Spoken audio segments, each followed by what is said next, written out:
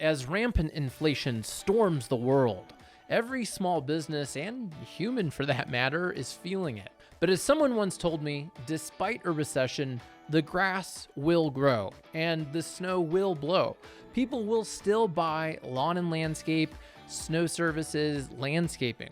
But when it comes to landscaping, they may buy smaller projects. They may choose to do things in phases over a longer period of time than they would have before. And even during a recession, you'll still need to qualify budgets with prospective customers. And I have a prediction that businesses who don't share pricing information online will become extinct. In today's episode, I'll share how to brand your sales process so you get the budget each and every time in a way that saves your customer and you a ton of time. And also, I'll share with you an interview with one of my clients.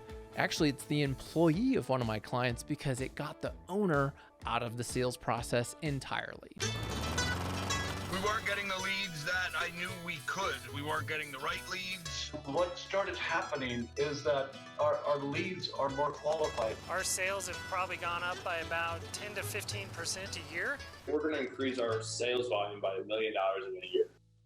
Hey everyone, Jack Jostes here, and welcome to the Landscaper's Guide. This show is all about helping you grow your lawn and landscape company with inspiring ideas about sales, marketing, and leadership. Today, I'm going to share with you a clip from my presentation of the Tree of Good Fortune at the 2022 iLandscape Conference in Illinois.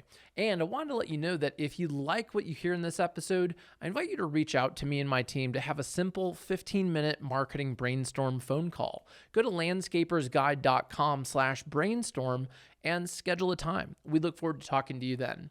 And now we're going to see a clip about how you can brand your sales process. And I'm going to show you some client examples too.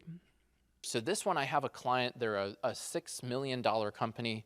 They do commercial, they do residential, they have a plant nursery, they have a staff that, if you need 3 trees planted, they actually have time and materials, hourly people who can come and do the little projects. So for them, getting their budget minimums was like, well, we can do a $500 project and be profitable because we have 4 different crews, right? So figuring out their sales process, though, was like a nightmare. It was literally calling in, whoever answered the phone, like, had a notepad, a sticky note, and was like, oh, you need this? Let me hand this sticky note to our sales manager, and then the sales manager needs to figure that out. So now they schedule a phone consultation, and it directs you to the right department.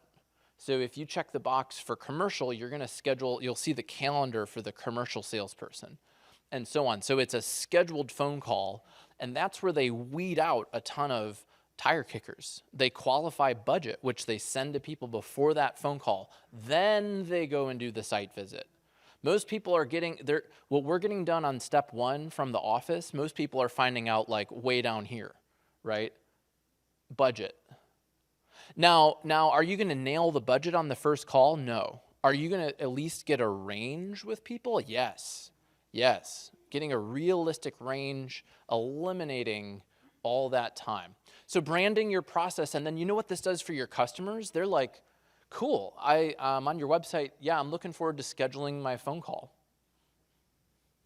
And now I'm here, and then they feel really confident the whole time that they know where they're at. Oh, we're going to have a landscape agreement. Got it. What's included in that? On the website, at design phase, we're going to charge X to Y dollars based on your project. So there are no surprises, right? Now the customer feels like they know what's up because what's happening with everyone else? They have the Russian olive shrub of despair. They have none of this. They come to you, they're like, boom, I want to buy from you. So does your process systematically qualify budget with each and every process? Or does it just kind of happen willy-nilly, depends on who's doing the sale? If you make it part of the process, you'll get better results. By branding your sales process, you create repeatability. For your customer, you help them understand what to expect, and that makes them feel good because a lot of contractors, landscapers, or really any home service businesses don't communicate a process and they don't follow one and they don't get back to people on time. And that creates fear and anxiety. And when people are more sensitive about budget, they get spooked. But by branding your process, you're also able to scale it and teach it to other members of your team, like Casey Hendricks. Casey Hendricks is from Techscapes Nursery and Landscape, and I helped him a few years ago with their branding and differentiation. We helped redesign their new website, generate leads through local SEO, expand their online reviews, and they were getting so much business that they had too many leads, so we started doing online scheduling, which led to appointments for their project manager. But what happened was, even though they were scheduling the appointments, they didn't perceive Nate, the project manager, to be an authority. They wanted to talk to the owner, Casey, who they'd met at the nursery and who they know. So we let money solve the problem. We started charging for the appointments, and magic happened. People started valuing the time with Nate. And here's what Nate has to say about what their sales process was like before they did online scheduling and charging for the appointment, and what it's like now. I'm Nate Dixon, Techscapes Nursery and Landscape here in Ennis, Texas. I'm a project manager for the company here. I am in sales. Now over time, all the clutter is eliminated. You take it amongst yourself to go sign up. Once you are signed up online, your meeting is booked, and we do move forward with that. Yeah, Mondays used to be dreadful around here, honestly. We would come in, myself and Casey, it would be nothing to have 15 or 20 sticky notes on our desk for all different kinds of projects or ideas or people from here, there, and everywhere, just because they were expecting us to do something for free. So it was really frustrating having to call all those people back on Monday, and then Tuesday they not answer the phone. They don't want to do anything anymore. The whole process has saved. I don't really think I could even put it into a time, a narrowed time, days. I mean, it saved honestly days, because, like I said, Mondays you come in with 20 notes. Well, now I have 20 emails, and they already have their place on the calendar. So I don't have to worry about calling them back, setting them up an appointment, and all this. It's already done. I answer questions that they have in specific. Then we meet and go over each one of their projects. Our planning project consultation does come with a $79 charge.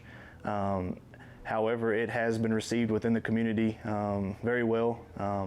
Our projects we do not go out and look at $1,000 jobs anymore. We're focused on, and the customer understands that when they're paying for it, they most of the time they mean business. The quality of customer, the business, the work is all dramatically increased in my eyes from the charging of the consultation fee.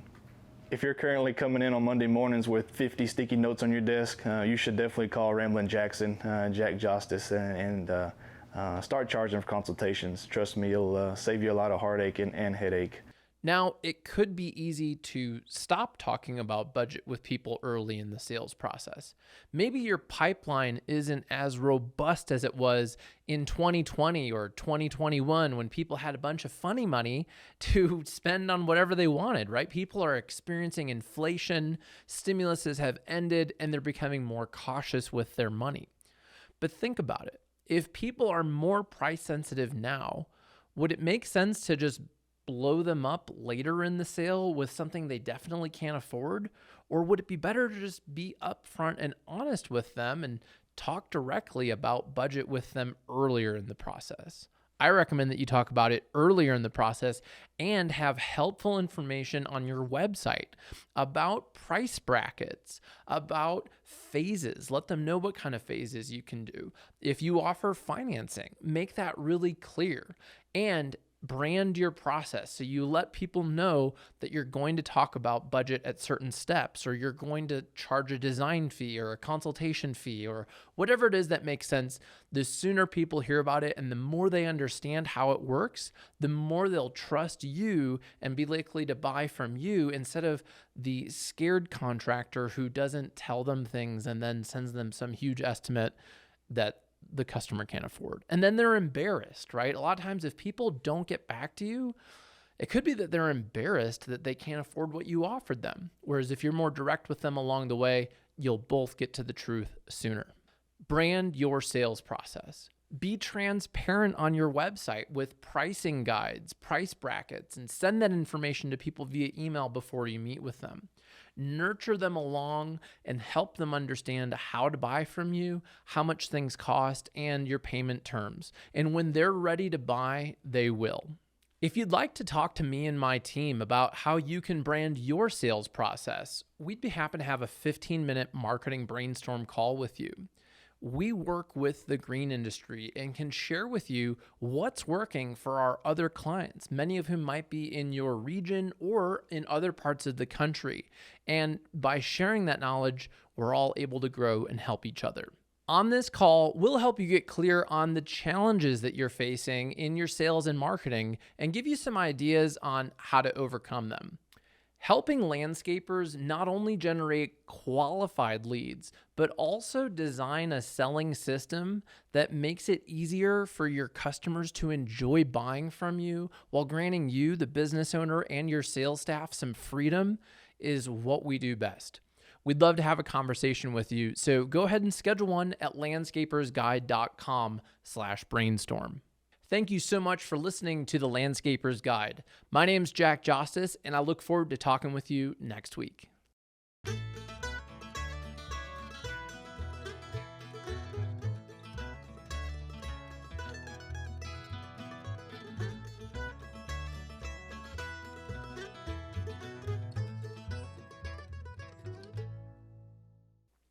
Now, when you're getting fewer leads, it can be easy to think, oh, I should stop talking about budget, right? And it can be easy to stop doing the things that made you successful.